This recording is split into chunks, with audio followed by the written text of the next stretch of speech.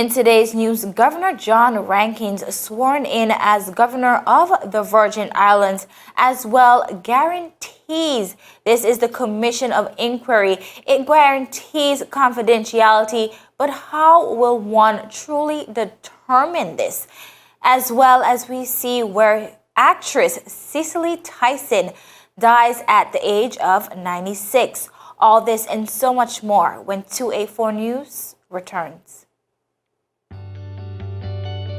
2020 posed its challenges, but thankfully, many community-minded individuals and businesses came to the forefront when needed. The BVI Red Cross would like to thank all the sponsors for their teamwork in ensuring the needs of the community were met all of 2020.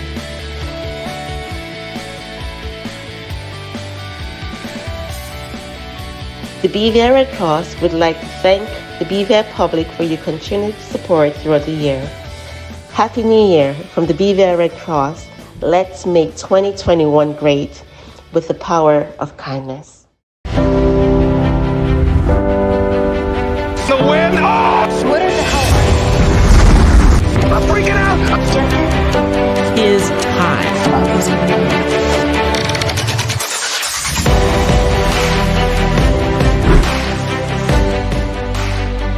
284 News. Coming to you live and direct from the beautiful British Virgin Islands. What's poppin', what's really good, what's happening, what's up? Davis has won it for the Lakers!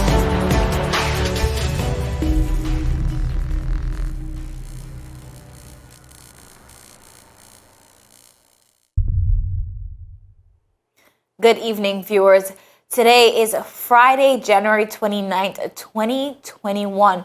And I am yours truly, Kyla Kenesha Forbes. We are 284 News coming to you live straight out of the British Virgin Islands. Viewers, we have so much to get into as we end off this beautiful week. Now, today, Mr. John James Rankins, CMG, was sworn in as governor of the British Virgin Islands at the Save the Seed Center in Duff's Bottom. Mr. Rankins is the territory's 14th governor, a position that is vital to the partnership between the Virgin Islands and the government of the United Kingdom. Now, viewers, let's take a quick look at today's ceremony. Listen in. This message is by Her Majesty's command. Ladies and gentlemen, this is the Royal Commission appointing John James Rankins, CMG, to be your governor and commander-in-chief of the Virgin Islands. Thank you.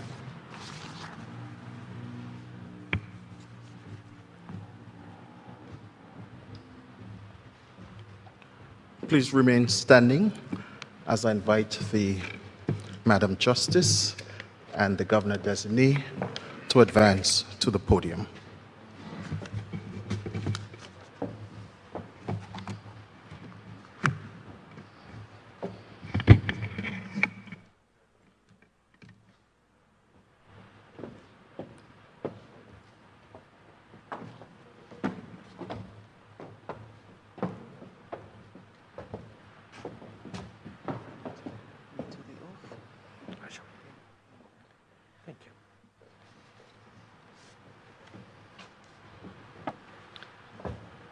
I, John James Rankins, do swear that I will be faithful and bear true allegiance to Her Majesty, Queen Elizabeth II, her heirs and successors, according to law.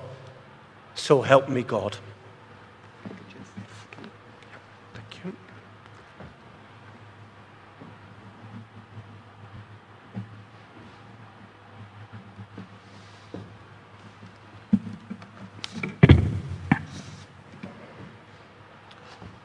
I, John James Rankins, do swear that I will well and truly serve Her Majesty, Queen Elizabeth II, and the people of the Virgin Islands in the office of Governor of the Virgin Islands. So help me God.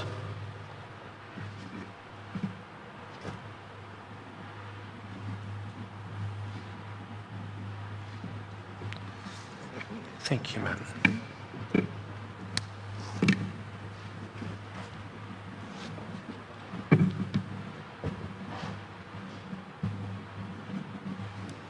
Thank you, Madam Justice.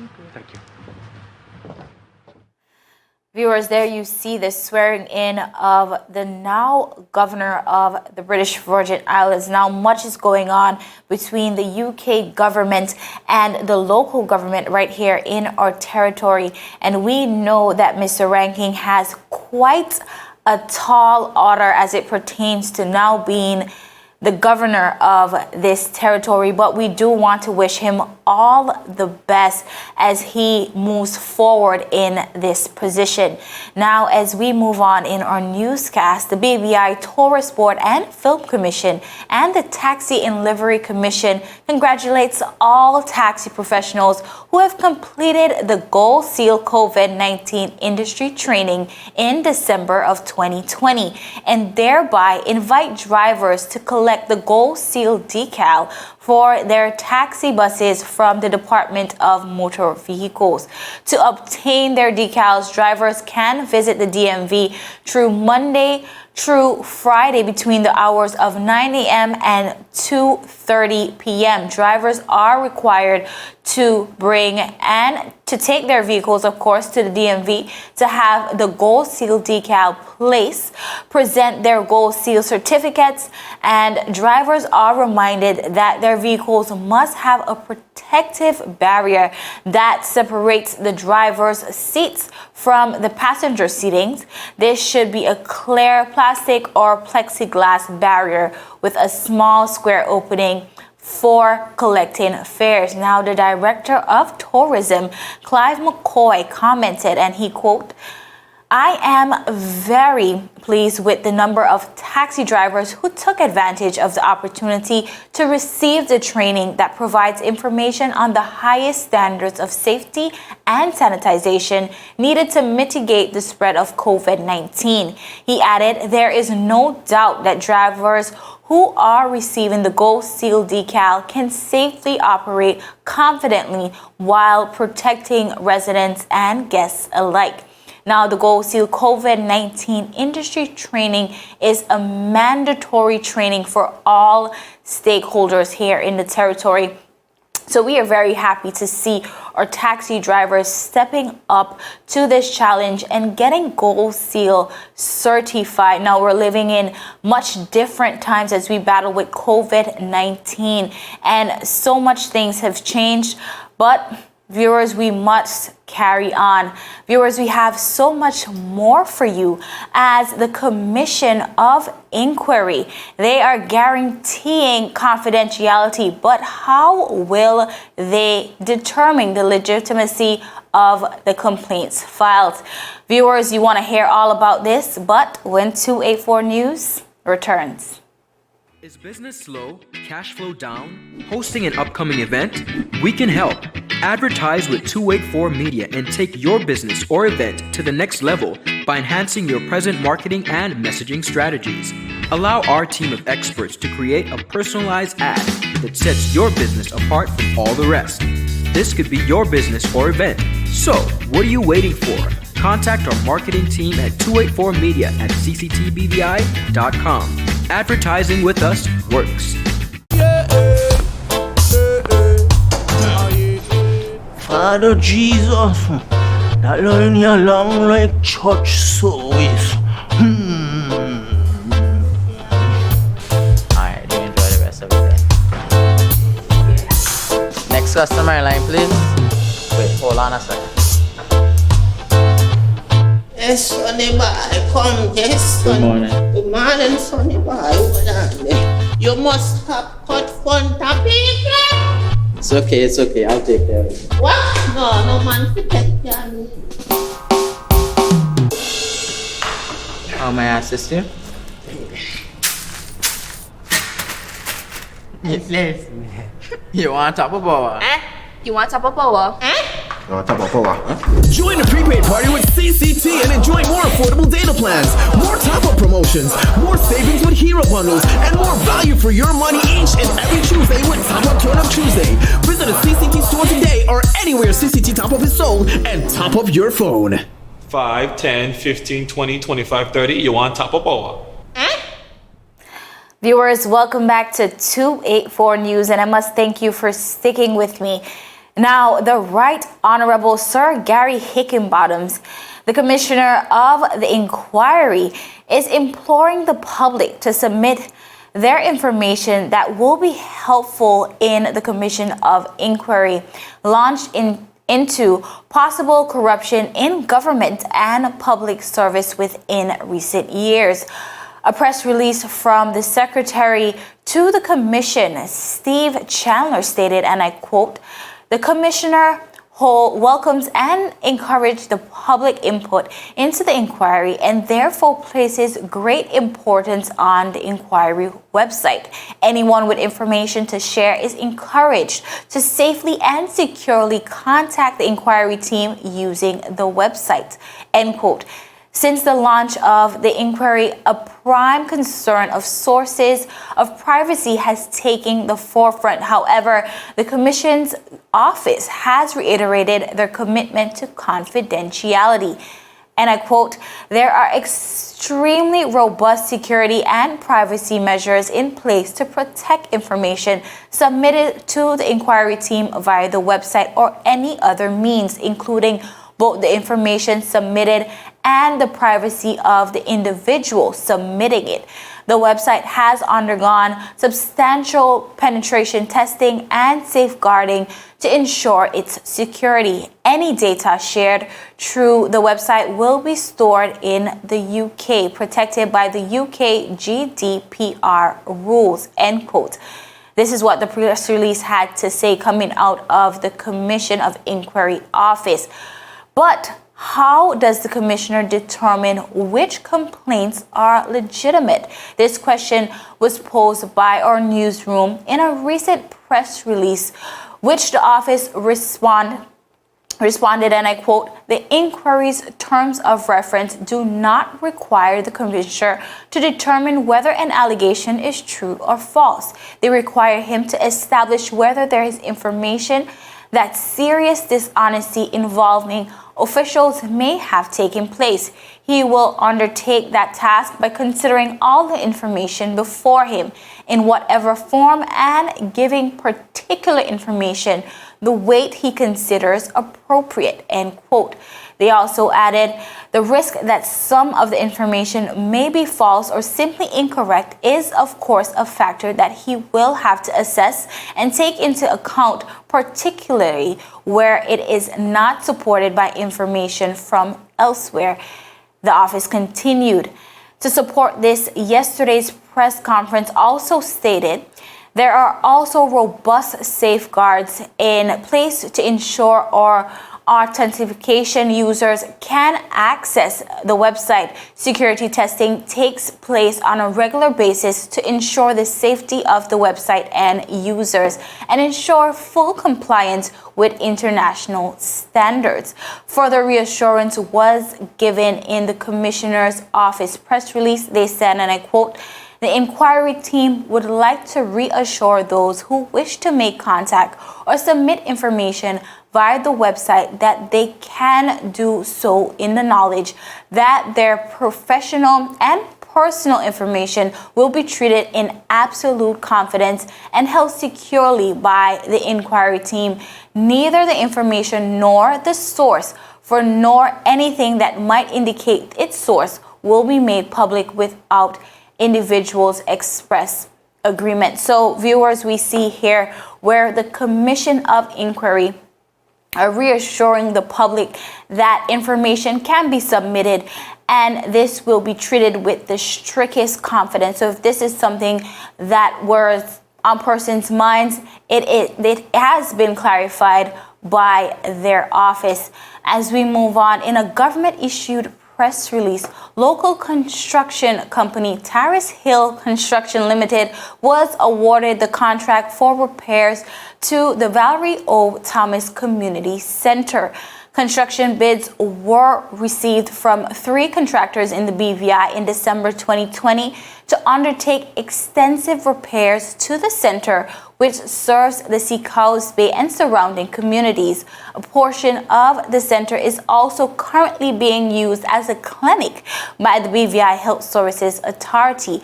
Tyrus Hill Construction Limited was able to demonstrate that they have the necessary skills and expertise to carry out the works that will be needed to meet the regional SMART standards, inclusive of basic infection control and hygiene and space management requirements as established by the Pan American Health Organization, which we know as PAHO.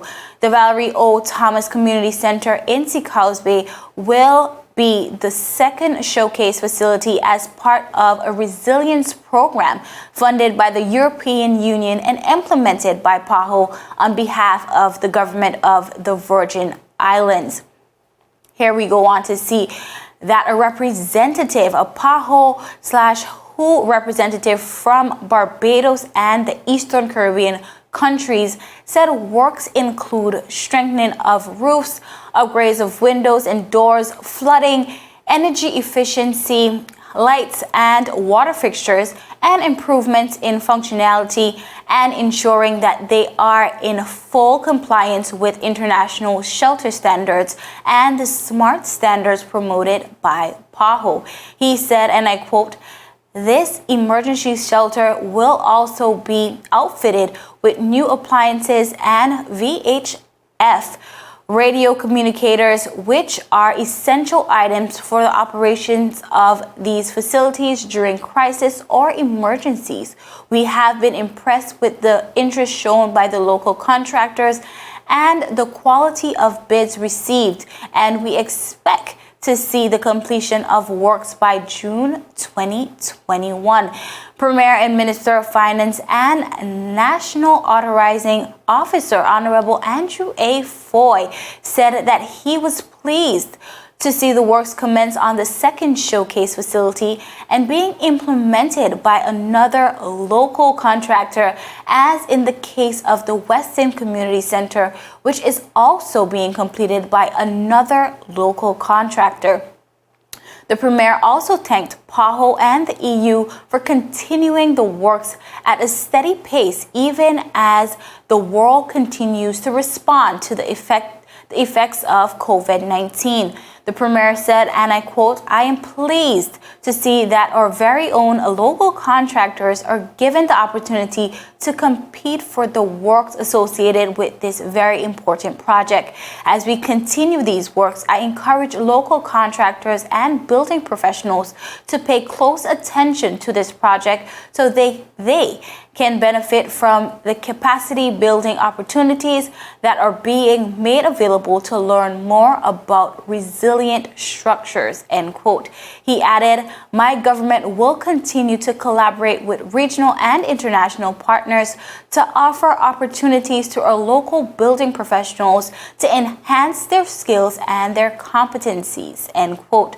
Premier Foy, who is also a representative for the 1st District, as we know, where the Westin Community Center is located, stated that he has been closely following the work of the Westin Community Center, which is another showcase facility. He is very pleased with the progress being made. He said, and I quote, "I look forward to seeing the award of contracts and commencement of works on the remaining 3 selected shelters that will benefit from this program. We expect that we will have 2 model emergency centers shortly that will provide a blueprint for the retrofitting works that will be done on other emergency shelters throughout the territory, and that can also be modeled for the region. We are committed to the advancement of the territorial disaster management program and in providing safe accommodations for our residents in the event of emergencies or disasters."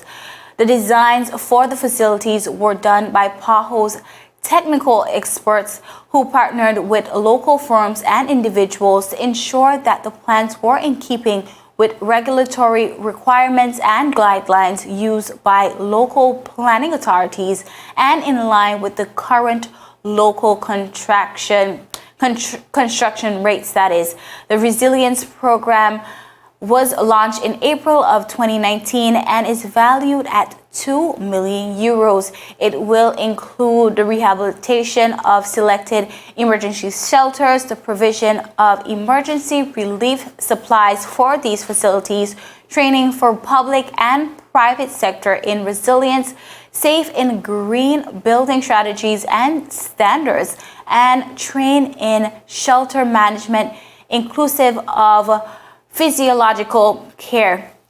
Viewers, this is a big project and we're very happy to see that the community center in the Sea Causeway area is now and those works are now being commenced.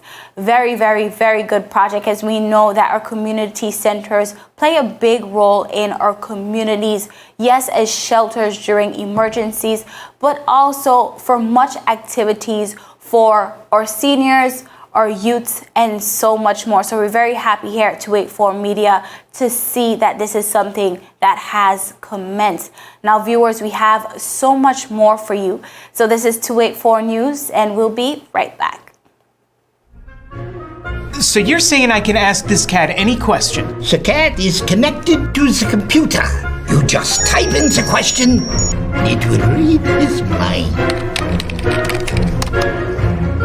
There the answer comes.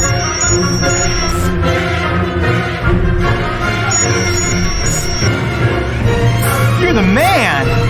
I've been looking for this for weeks.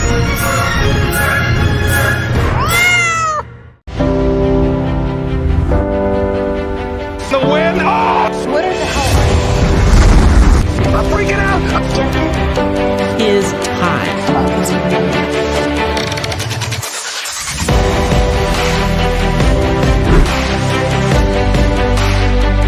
284 News. Coming to you live and direct from the beautiful British Virgin Islands. What's poppin', what's really good, what's happening, what's up?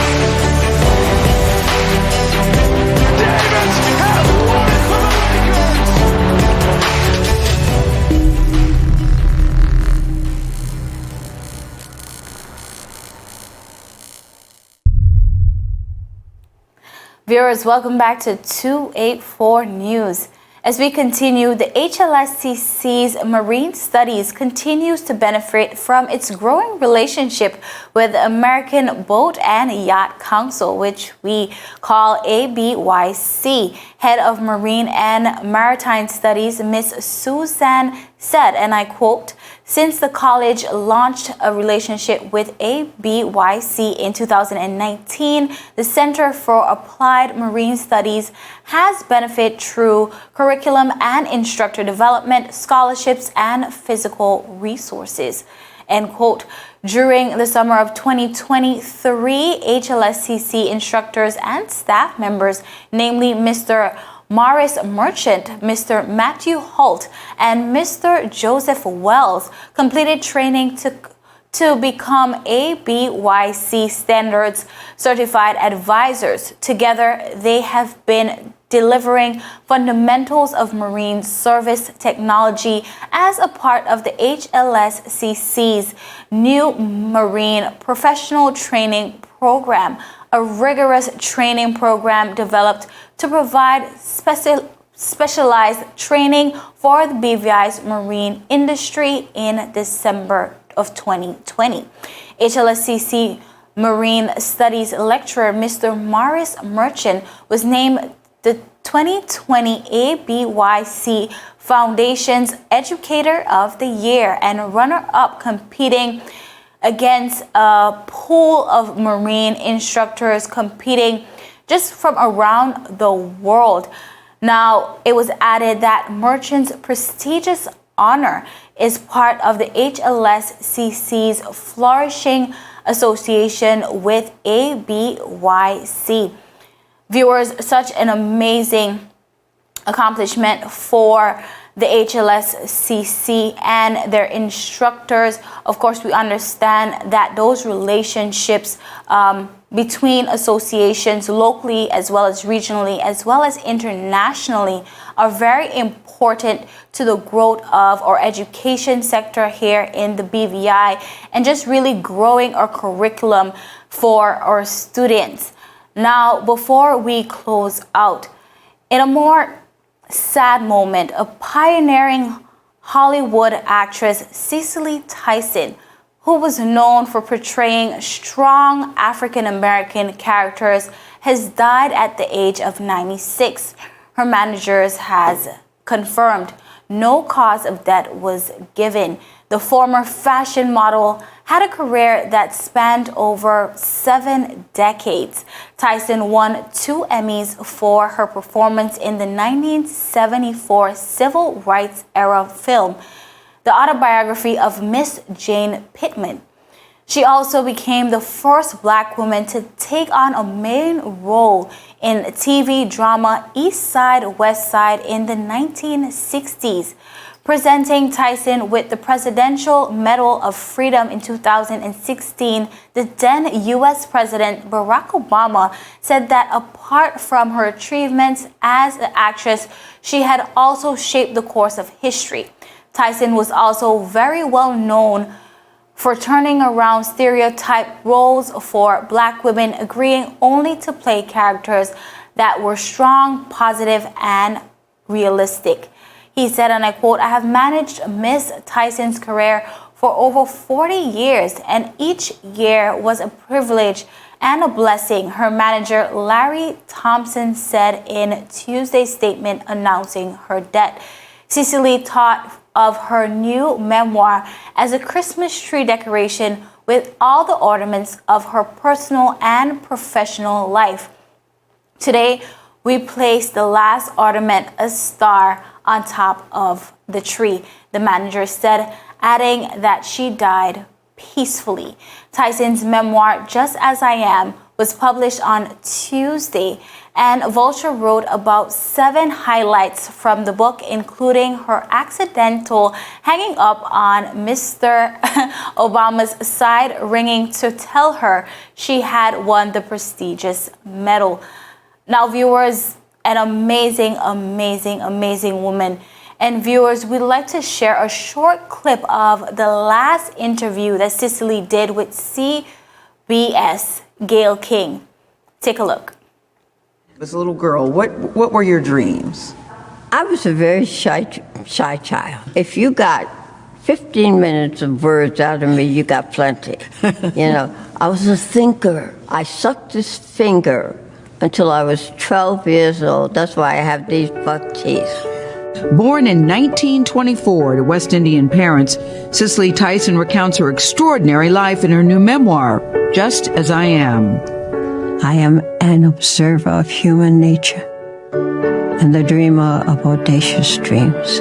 The journey to stardom was not an easy one for TYSON, who became pregnant when she was 17 and had a short marriage that lasted just over 2 years. TYSON began her acting career as a single mother, a choice that brought conflict at home. Weren't you surprised, CICELY, that your mother actually kicked you out of the house because you wanted to be an actress? Yes. Oh, she told me I couldn't live there and do that. Suddenly I found something that I loved to do, and I had a child to support.